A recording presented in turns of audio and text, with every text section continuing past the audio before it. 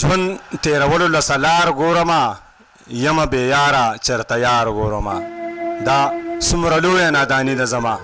د ښکلو مینه کې قرار ګورمه خپې ابله کړې د ترخو حالاتو د پښتو ناوې له پیزار ګورمه نن یې رابلم چې راځي او که نه د پښتنې مینې معیار ګورمه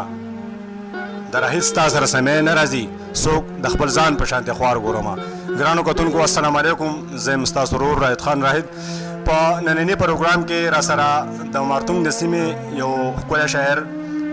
خمار شبزی صاحب موجود دی او ډېره مننه کوو چې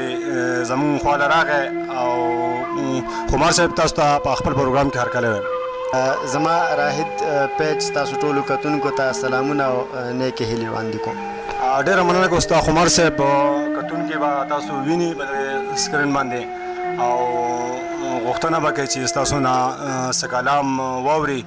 نو هغه به ته هم خوند واخلي موږ به ته هم خوند واخلو نو که مینوال ته خپل څه کلامونه ډالۍ کوي نو ډېره مننه به وي ډېره مننه قطعه ده چې ته خود غرضه وي نو ځکه به جومات له تللې زه چې مینو منو زه به میکدې له تلمه او ما روزانه به د هغو په چم کې ځان قتلو زه روزانه به هلته خپلې جنازې له تلم ډېر زبردست ډېره مننه یو غزل دی چې د ځانه بېخبر ستا د یادونو په سر ګرځي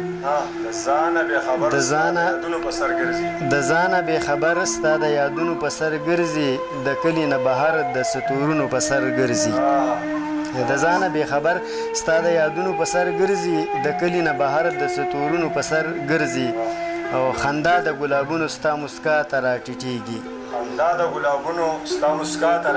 خندا د ګلابونو ستا مسکا ته راټیټېږي ستا شونډې د جامونو د سرونو په سر ګرځي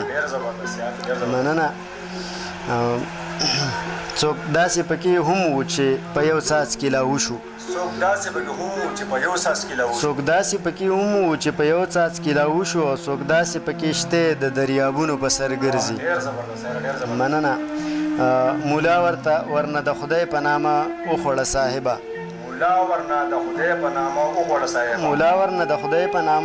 صاحبه دا خان خو د غریب د محنتونو په سر ګرځي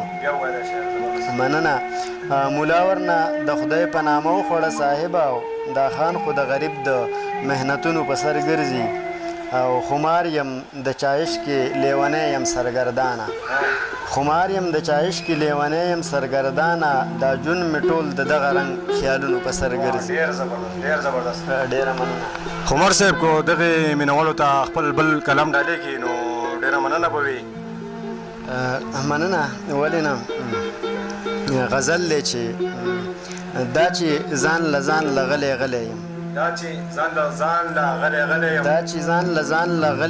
یم دا یو چا په زړه باندې داغلی یم مننه دا چې ځان له ځان له غلی یم دا یو چا په زړه باندې داغلی یم او ته چېرته کې یو ځلې ثبوت کزه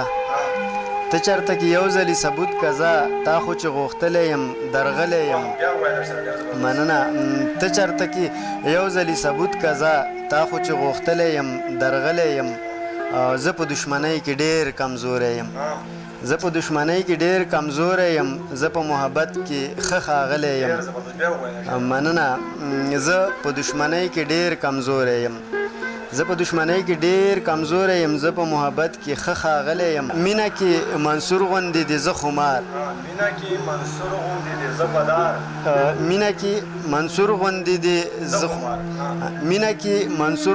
دی زه خمار